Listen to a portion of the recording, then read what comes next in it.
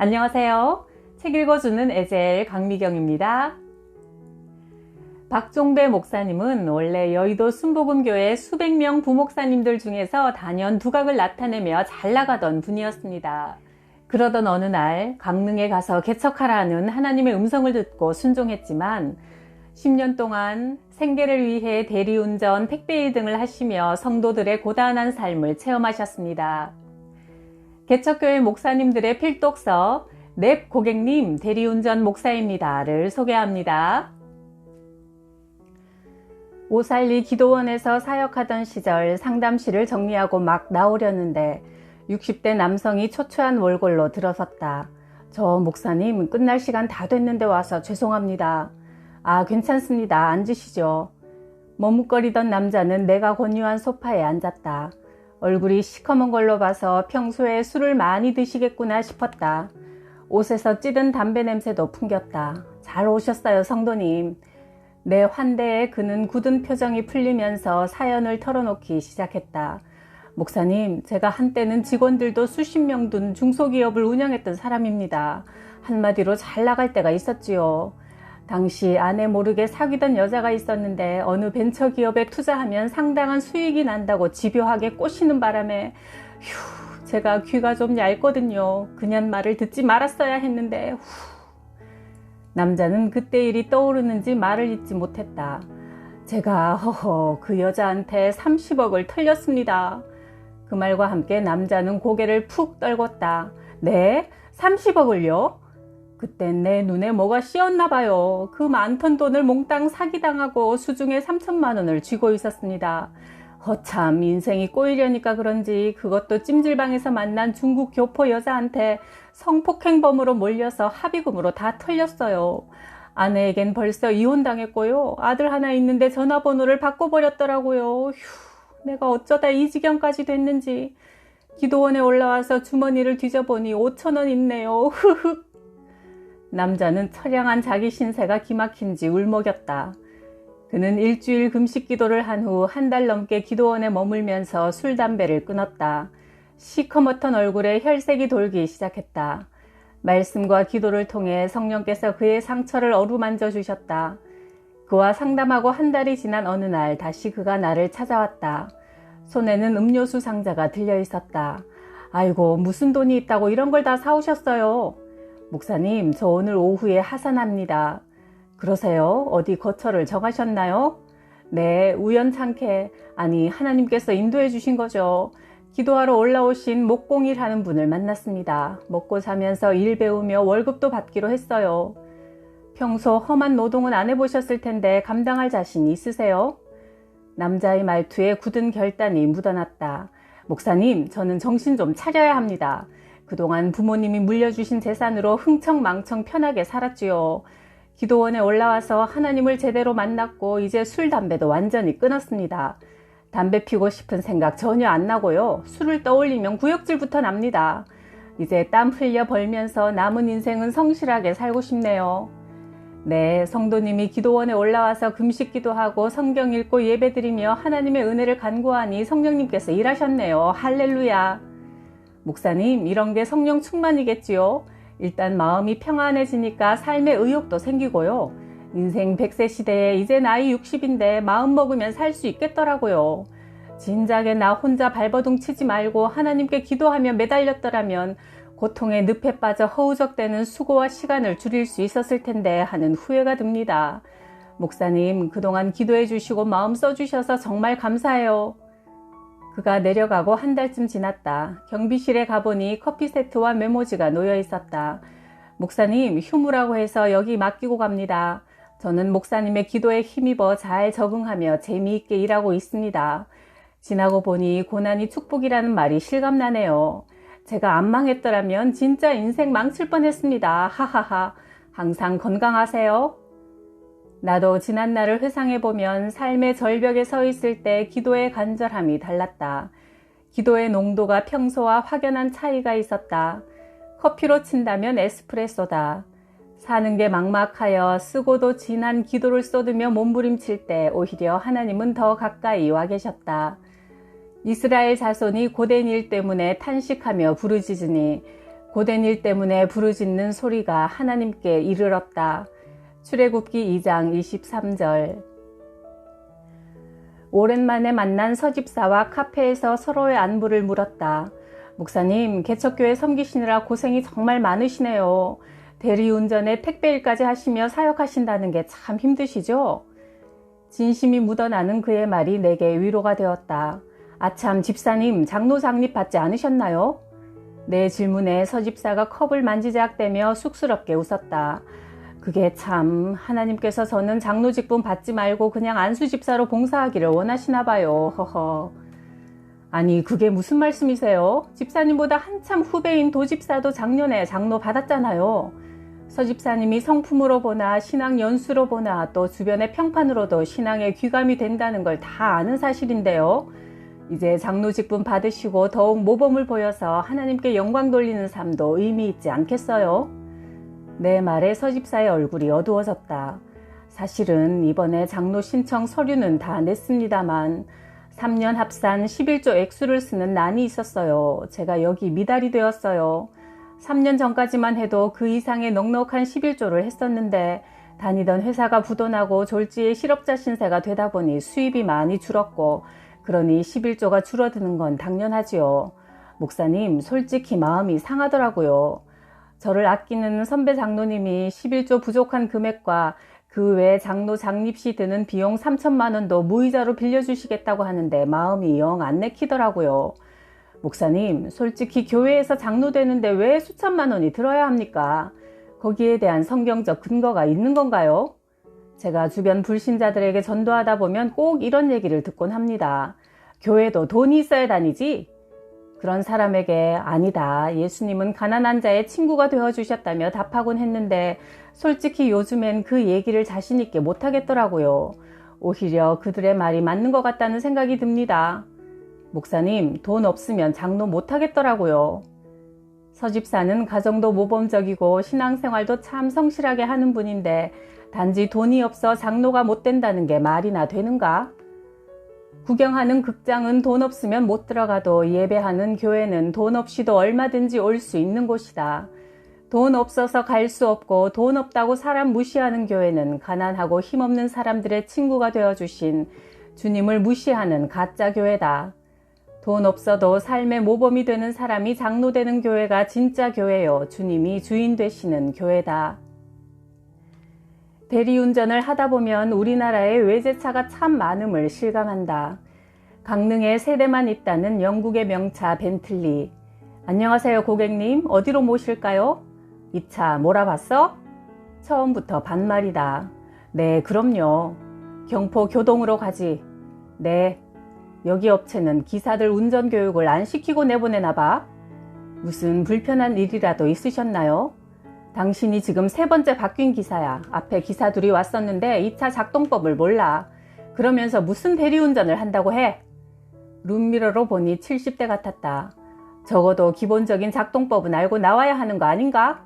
이 차가 가격이 좀 나가는데 사고라도 나면 대리기사들 보험 갖고는 어림도 없을걸? 네, 고객님, 안전하게 잘 모시겠습니다.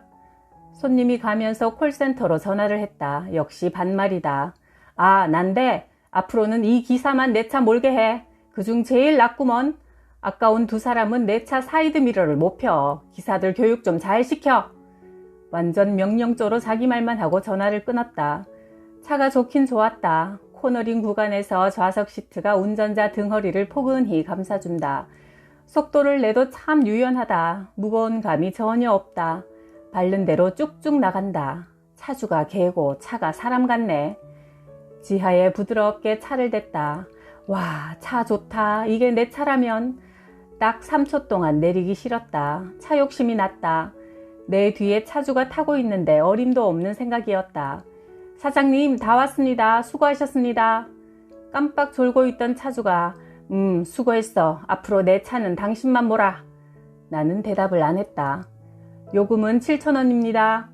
차주가 10,000원을 내밀었다. 3,000원 거스름돈을 건넸더니 그가 그 중에서 1,000원을 쑥 빼주며 말했다. 오늘 특별히 운전 잘해서 주는 팁이야. 네, 감사합니다 했지만 속으론 차주는 개고 차가 사람 맞네. 밖으로 나오자마자 나는 콜센터로 바로 무전을 했다. 지금 모신 손님 앞으로 기사가 거부합니다. 그날 이 차 내 거였으면 하는 짧은 3초 욕심에서 교회의 주인을 생각해 보았다. 교회의 주인은 예수 그리스도시다. 큰 교회건 작은 교회건 주님이 머리 되신다. 그날 고급차를 운전한 내 뒤에 차주가 앉아 있었던 것처럼 목사는 교회의 주인이 아니라 운전자일 뿐이다. 목사의 교회 사요하는 대리기사가 손님 차를 운전하면서 차가 탐난다고 하여 내 차라고 우기는 것과 똑같은 짓이다. 대리운전을 하다 보면 유난히 꼬이는 날이 있다. 손님이 차 안에서 담배를 피워대거나 토할 때, 콜 취소가 많이 날 때, 갑자기 폭우가 쏟아져 옷이 쫄딱 젖을 때 등 이런 날은 솔직히 일하기 싫다. 이런저런 일로 이번 주간은 유난히 힘들게 대리운전을 했다. 주일이 되었다. 새벽 3시까지 일하고 들어와 7시 전에 일어나서 씻고 교회로 가야 했다. 몸이 무거웠다. 일어나기 싫었다. 교회 가기 싫었다. 명색이 담임 목사인데 주일 아침에 교회 가기 싫다니 말이 되는 건가? 의무감으로 마지못해 교회에 갔다. 예배가 시작되었다. 5분이 지났는데도 우리 가족 외엔 아무도 안 왔다. 사도신경을 할 때 성도들이 도착했다. 저분들도 나처럼 일주일 내내 일하고 남들은 쉬는 주일에 교회에 온 게 아닌가? 그날은 늦었지만 와준 것만으로도 감사했다. 설교가 시작되었다. 앞줄에 앉아 계신 집사님의 눈꺼풀이 무거워 보였다. 이내 눈을 감더니 고개가 의자 뒤로 젖혀졌다. 잠시 후 드르렁 드르렁 코를 골았다. 몇 안 되는 성도들이 설교자는 안 쳐다보고 드르렁 집사님만 쳐다보고 있었다. 설교가 끝나고 헌금기도 시간이 되었다. 헌금함을 붙잡고 기도하는데 힘에 붙였던 내 한 주가 필름처럼 스쳐갔다. 손님들에게 시달렸던 일, 인격적인 모욕, 여기에 성도님들의 한 주도 오버랩되었다. 저들도 나처럼 돈 벌기가 얼마나 힘드셨을까. 그렇게 피땀 흘려 번 돈을 지금 하나님께 드리시는구나. 눈물이 울컥 솟구쳤다. 헌금함을 붙들고 으흐흑 울음이 터져 나왔다. 드르렁 주무시던 집사님이 이번엔 흑흑흑 되셨다. 여기저기서 훌쩍훌쩍 우는 소리가 들렸다. 헌금통을 붙잡고 간절히 정말 간절히 기도해드렸다. 축도로 예배를 마쳤다. 드르렁 집사님이 내 앞으로 오더니 손을 꼭 잡으며 말씀하셨다. 목사님, 오늘 헌금 기도에 은혜 많이 받았습니다. 한동안 헌금 기도를 할 때마다 그렇게 눈물이 났다. 그래, 성도들의 이 헌금은 저분들의 땀과 피다. 이런 헌금을 목사가 막 써대면 하나님께 벌받지. 안 받고 말고. 그때부터 교회 헌금을 지출할 때면 꼭 3번은 망설이는 습관이 생겼다. 이른 저녁 60대 여성 고객을 모셨다. 대리는 처음 불러본다고 했다. 3년 전 남편이 돌아가셨는데 3년 만에 처음으로 남편 친구들 모임에 초대받아 맥주를 한잔해서 대리운전을 불렀단다. 기사님도 바쁘게 사시는 것 같네요. 나도 정말 정신없이 살았지요. 여자 손님이 한숨을 내쉬며 사연을 얘기했다. 남편이 심장마비로 죽었는데 임종도 못 봤어요. 내 직장은 아침 7시까지 출근하는 곳이라 언제나 자고 있는 남편 얼굴을 보며 집을 나섰죠. 생전 전화하지 않던 남편이 어느 날 낮에 전화를 하더라고요. 저는 일이 바쁘던 터라 차갑게 받았어요. 웬일이야? 이 시간에 전화를 다 하고? 여보, 기분이 어째 좀 이상하네. 몸도 찌푸둥하고. 그러니 술 끊으라고 했잖아요. 매일 피곤하다면서 왜 이기지도 못하는 술을 그렇게 처마셔대길. 그러니 당연히 몸이 안 좋지. 내가 처자식 먹여 살리느라 바쁜 거지. 술도 다 영업상 먹는 거야. 시끄러워요. 빨리 약 먹고 자빠져 자요. 남편이 아니라 왼수야, 왼수. 찰칵. 아내가 말은 그렇게 모질게 했지만 남편 말투가 평소와 같지 않아 마음에 걸려 2시간쯤 후 서둘러 집으로 왔다. 그런데 세상에나 남편은 이미 이 세상 사람이 아니었다. 에휴, 그렇게 바쁘게 바둥바둥 살더니만 그리 빨리 갈 줄 알았으면 좀 여유있게 살걸. 돈을 얼마나 벌겠다고 밤낮 안 가리며 그리도 허둥지둥 살았는지 후회가 되네요. 기사님, 제가 남편에게 마지막으로 해준 말이 뭔 줄 아세요? 남편이 아니라 왼수야, 왼수. 이 말이 이 생에서 남편과의 마지막 대화가 되어버렸어요. 흑흑. 바쁘게 사느라 건강도 제대로 돌보지 못한 남편한테 그렇게 인정머리 없이 쏘아붙인 마지막 말이 3년이 지난 지금도 늘 마음에 가시처럼 걸리네요. 남편 시신을 화장해서 청솔공원에 모셨는데 차를 끌고 그 앞을 지날 때마다 그 말 때문에 마음이 너무 아파서 잘 다니던 회사도 그만두고 지금은 남편이 묻힌 반대 방향의 직장을 구해 다니고 있어요. 손님이 헤어지면서 내게 마지막으로 남긴 말은 기사님 너무 바쁘게 살지 마세요. 주변 사람들도 돌아보면서 사세요 였다. 손님의 당부가 주님의 당부처럼 들렸다. 너희 생명이 무엇이냐? 너희는 잠깐 나타났다가 사라지는 안개와 같다. 야고보서 4장 14절. 강릉에는 여행객이 많다. 중년 부부가 결혼 기념일을 맞아 펜션을 예약해서 1박 2일 여행을 왔다. 바닷가 횟집에서 술을 한잔하고 코를 불렀다. 내가 펜션 숙소까지 손님을 모시는데 뒷자리에서 부부가 나누는 대화가 들렸다. 아내의 목소리가 불만 튀었다. 아내, 펜션에 퀴퀴한 냄새가 나. 짜증나네. 남편, 그래봤자 하룻밤이야. 아내, 사진으로 본 것과 숙소가 너무 달라. 남편, 하루만 참아. 아내, 완전 바가지야.